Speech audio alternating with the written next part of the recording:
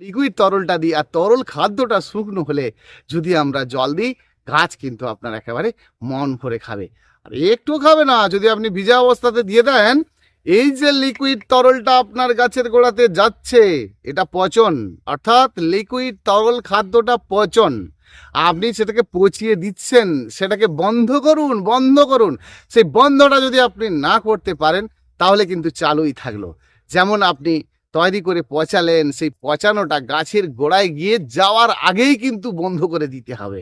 তাহলে গাছের গোড়ায় দিলে গাছের মাটির ভেতর পর্যন্ত তো যাবে। সেই জন্যই তো আপনি প্রথমত মাটিটিকে ফার্স্ট ক্লাস করে শুকনো করবেন, আর যখনই দেবেন মাটির চুম্বকের মতো এই জলটাকে খেঁচে নেবে, টেনে।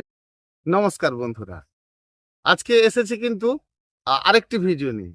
আর আমরা ঘরোয়া উপায়ে যে খাদ্যগুলো দিতে চাই সেগুলো কিন্তু আমরা দিই। তার ফর্মুলাটাই আমরা আবার ভালো করে একটু জেনে নেব যে কিভাবে আমরা খুব ভালো গাছকে করে নিতে পারবো, এবং সেটা প্রতি সপ্তাহে অন্তত 3টে বার করে দেব।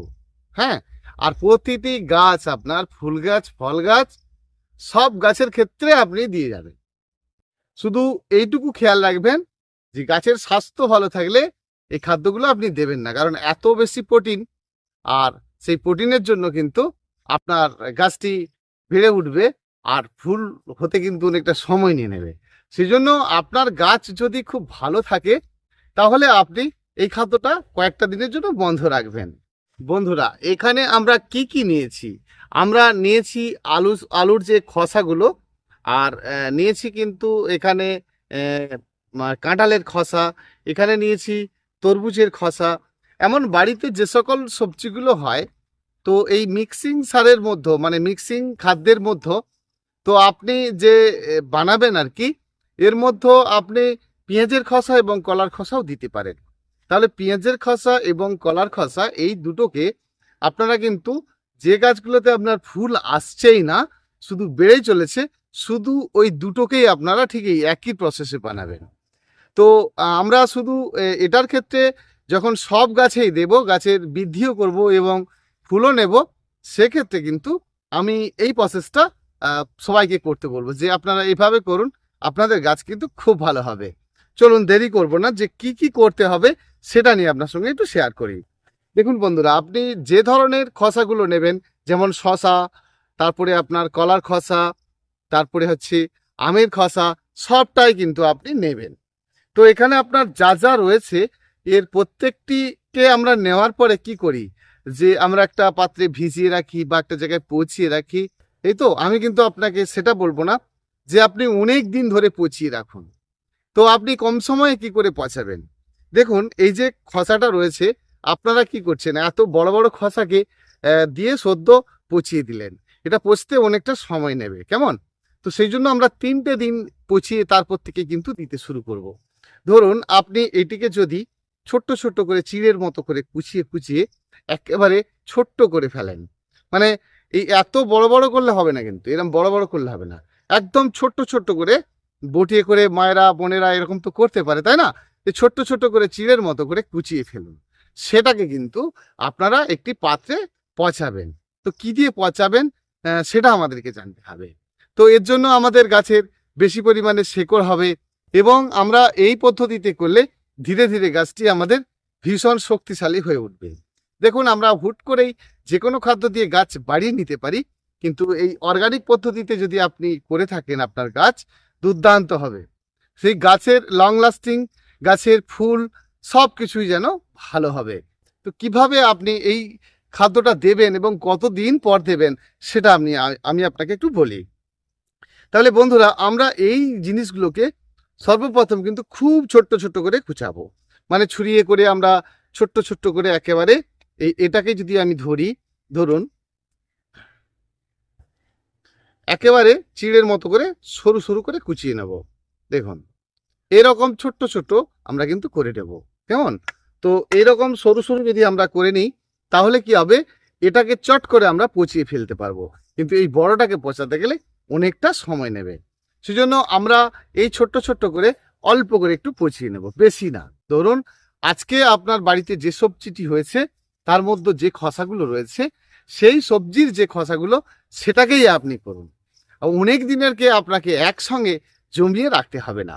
তাহলে আপনি এই যে খসাগুলোকে ছোট ছোট করে একেবারে চিড়ের মতো করে কুচাবেন, একটা চিড়ের সাইজ কীরকম সেরকম করে কুচিয়ে ফেলবেন। আর এরপরে আপনি একটি জায়গায় একটা পাত্রে কিন্তু সেটা ভিজিয়ে ফেলবেন। সেটা কি দিয়ে ভেজাবেন? সেটা কি শুধু জল দিয়ে ভেজাবেন? না, একদমই না, শুধু জল দিয়ে আপনি ভেজাবেন না, তারও একটা প্রসেস রয়েছে, সেটা আপনাদেরকে একটু বলি।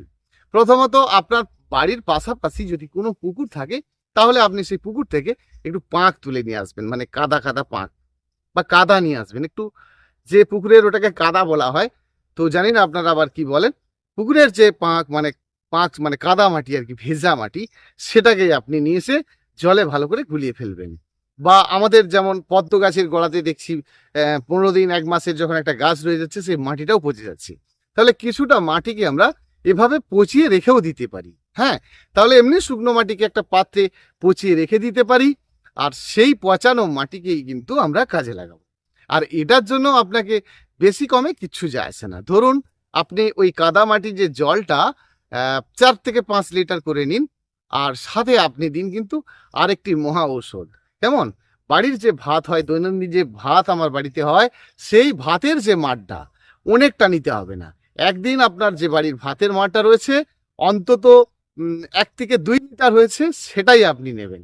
তাহলে আপনি নিলেন পুকুরের এই যে পাঁকটা বা পচানো মাটিটা, আর নিলেন এই যে আপনার পুকুরের পাঁকটা নেওয়ার পরে এটা নিলেন ভাতের মাড়টা, আর ওর সাথে কিন্তু আপনি দিয়ে দিলেন আপনার বাড়ির যে কিচেন কম্পোস্টটা রয়েছে তার টোটালটাকে কিন্তু আপনার ছোট্ট ছোট্ট করে পচিয়ে রেখে দিলেন।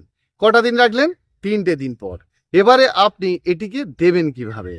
তো দেখুন, আমরা 3 দিন পরে যখন এটাকে দিতে চলেছি, 3 দিন পরে যখন আমরা এটা দিতে চলেছি, এর থেকে আমরা কিভাবে দেব?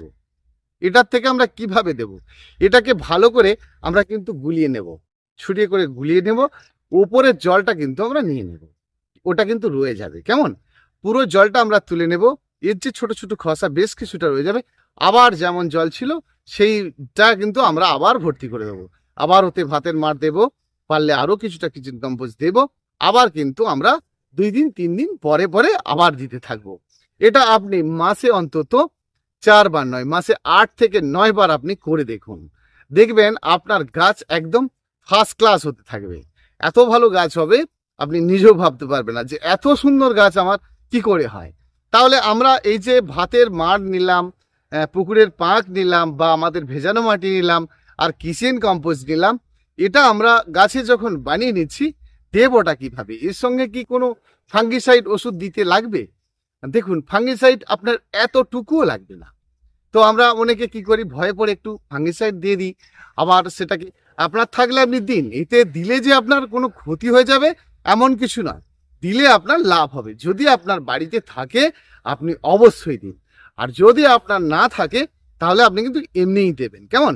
তাহলে গাছে যখন আমরা দিতে যাব, এই দেওয়ার প্রসেসটা আমাদেরকে কিন্তু সুন্দরভাবে জেনে নিতে হবে যে আমরা কিভাবে এটাকে দেব, আর কিভাবে আমাদের গাছ কিন্তু সুন্দর হয়ে উঠবে। তাহলে বন্ধুরা, আমরা যখন এই কিচেন কম্পোস্টের জলটা গাছের গোড়াতে দেব, তখন এই যে এটা হচ্ছে আপনার সম্পূর্ণ একেবারে ঘরোয়া পদ্ধতির যে কম্পোস্ট, অমৃত সার বলতে পারেন, যেটা ফার্স্ট বাড়িয়ে তুলতে পারে গাছকে। তো এই ফার্স্ট বাড়িয়ে তুলতে গিয়ে দেখা যায় ফার্স্ট গাছের পাওয়ার কমে যাচ্ছে। কেন বলুন তো?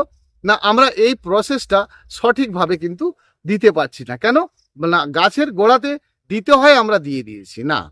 এই যে কোনো তরল পচা যখন আপনারা গাছের গোড়াতে দেবেন, সেই মাটিটি একদম খটখটে শুকনো থাকবে।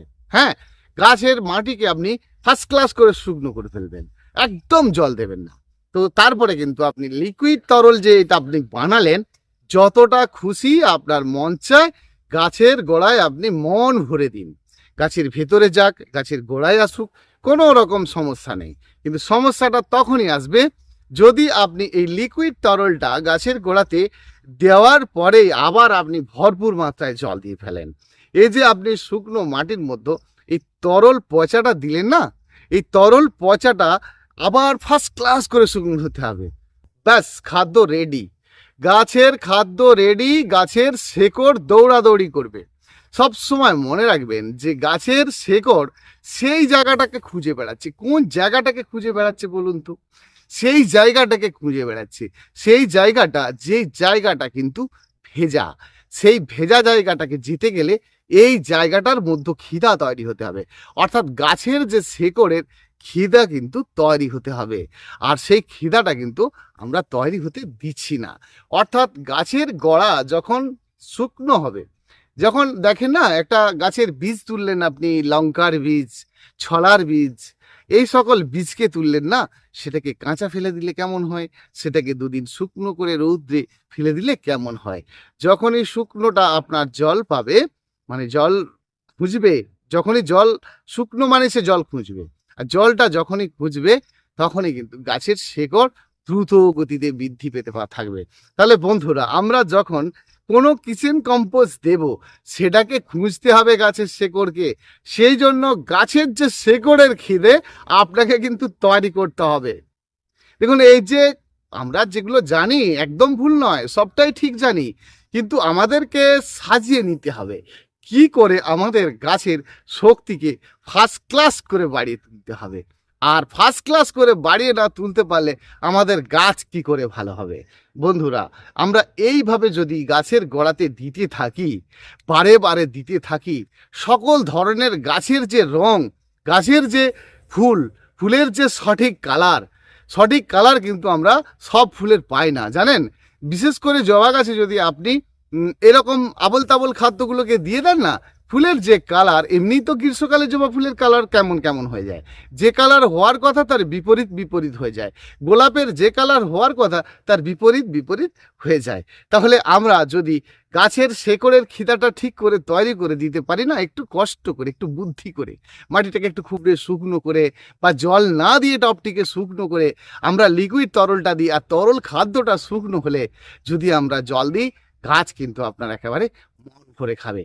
আর একটু খাবে না, যদি আপনি ভিজা অবস্থাতে দিয়ে দেন, এই যে লিকুইড তরলটা আপনার গাছের গোড়াতে যাচ্ছে, এটা পচন, অর্থাৎ লিকুইড তরল খাদ্যটা পচন। আপনি সেটাকে পচিয়ে দিচ্ছেন, সেটাকে বন্ধ করুন। সেই বন্ধটা যদি আপনি না করতে পারেন, তাহলে কিন্তু চালুই থাকলো। যেমন আপনি তৈরি করে পচালেন, সেই পচানোটা গাছের গোড়ায় গিয়ে যাওয়ার আগেই কিন্তু বন্ধ করে দিতে হবে। তাহলে গাছের গোড়ায় দিলে গাছের মাটির ভেতর পর্যন্ত তো যাবে। সেই জন্যই তো আপনি প্রথমত মাটিটিকে ফার্স্ট ক্লাস করে শুকনো করবেন, আর যখনই দেবেন মাটির চুম্বকের মতো এই জলটাকে খেঁচে নেবে, টেনে নেবে। এবার ওই যে মাটির দানাগুলো সুন্দর করে ফার্স্ট ক্লাস করে শুকনো হবে, আর আপনি আপনার গাছটিকে স্নান করিয়ে জল দেবেন। আপনার গাছটি এক কথায় দারুণ হবে। বন্ধুরা, ছোট্ট করে আজকে এই কিচেন কম্পোস্ট বানানোর প্রসেসটা আপনাদের সঙ্গে শেয়ার করলাম। কালকে আরেকটি ভিডিও দেব, সঙ্গে থাকুন, সাথে থাকুন। আমার পুরানো বন্ধু সকল বন্ধুদের কথা বলবো, লাইক করুন, কমেন্ট করুন, শেয়ার করুন, এইটুকু অনুরোধ করব। আমার নতুন বন্ধু সাবস্ক্রাইব করে রাখুন। এই ধরনের ভিডিও আপনার কাছে আমি আবার ঠিক নিয়ে আসছি আগামীকাল। তো আমি একটু দেরি আগে পিছনে হয়ে যাই, তো ভিডিওগুলো দেখবেন, আপনারা বুঝতে পারবেন যে আপনারা আপনাদের গাছের যে রং কিভাবে ঘরোয়া উপায়ে সুন্দর করতে পারবেন। শুধু বাজার থেকে কিনে নেওয়া নয়, নিজেরাই নিজেদের বাড়িতে বানাতে পারবেন। স্প্রে করবেন, কি স্প্রে করলে পোকামাকড় আসবে কি কম, কিভাবে আসবে, পোকাটা মারা যাবে না, কিন্তু পোকাটা গাছে আসবে না, তাহলেই তো সমস্যার সমাধান। সেই ভিডিও কিন্তু আমি আপনার সামনে কালকে নিয়ে আসছি। দেখা হচ্ছে পরের ভিডিওতে। অসংখ্য ধন্যবাদ আমার প্রতিটি বন্ধুকে, ধন্যবাদ। হাই, আমার ফোন নাম্বারটা বলা হয়েছে, হয় না, ভুলে গেছি, আবারও বলে দিই, 9609456194। ধন্যবাদ বন্ধুরা।